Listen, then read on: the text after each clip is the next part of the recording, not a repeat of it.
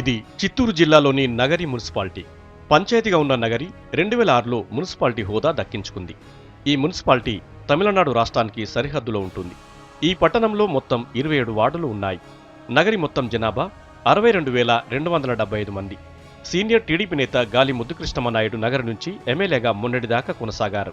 ఆయన ప్రధాన ప్రత్యర్థి వైసీపీ నేత రోజా. సాధారణ ఎన్నికల దృష్ట్యా ఈ ఇద్దరు నేతలు మున్సిపల్స్ ను ప్రతిష్టాత్మకంగా తీసుకున్నారు. తమ పార్టీ అభ్యర్థులను గెలిపించాలంటూ గడప గడప తిరిగి ప్రచారం చేస్తున్నారు.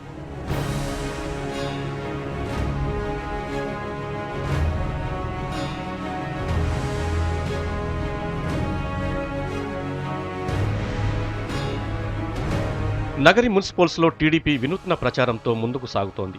తాము గెలిస్తే నగరిలో మున్సిపాలిటీని రద్దు చేసి తిరిగి పంచాయతీగా మారుస్తామని గాలి ముద్దుకృష్ణమనాయుడు ప్రచారం చేస్తున్నారు. మున్సిపాలిటీ అయ్యాక ప్రజలపై పన్నుల భారం ఎక్కువైందని, పన్నులు తగ్గాలంటే పంచాయతీగా ఉంటేనే మేలని చెబుతున్నారు. ప్రజల నుంచే ఈ డిమాండ్ ఉందంటున్నారు. ఖచ్చితంగా గెలిచిన తర్వాత దీన్ని మళ్ళా రద్దు చేసి పంచాయతీలు చేస్తాం. అందులో ఇప్పుడు గెలిచిన వాళ్ళకంతా కూడా స్థానం ఇప్పిస్తాం. వాళ్ళే దాన్ని ఆధిపత్యం చేసే విధంగా పెడతాం. అదైపోయిన తర్వాత పంచాయతీలు రెగ్యులర్ ఎలక్షన్ జరుగుతాయని చెప్పి సభాముఖంగా తెలియజేస్తాను. కాబట్టి పన్నులు తగ్గించేస్తాం. ఇప్పుడు పన్నులు పెంచేశారు. పురుషాలు చెప్పాడు 100 రూపాయలు పన్ను కడతా ఉంటే పంచాయతీలో ఇప్పుడు 20,000 చేశారని. అవన్నీ రద్దు చేయిస్తాను.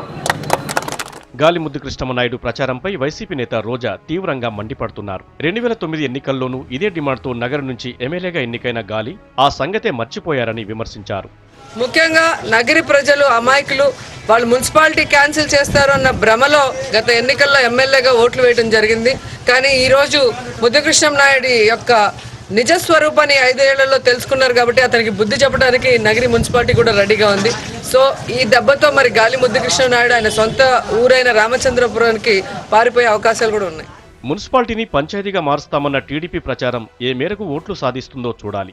మరోవైపు రోజాకు ఈ ఎన్నికలు ప్రతిష్టాత్మకంగా మారాయి. మున్సిపల్స్లో వైసీపీ అభ్యర్థులు గెలవకపోతే ఈసారి రోజాకు టికెట్ దక్కడం కూడా అనుమానమే అన్న ప్రచారం సాగుతోంది.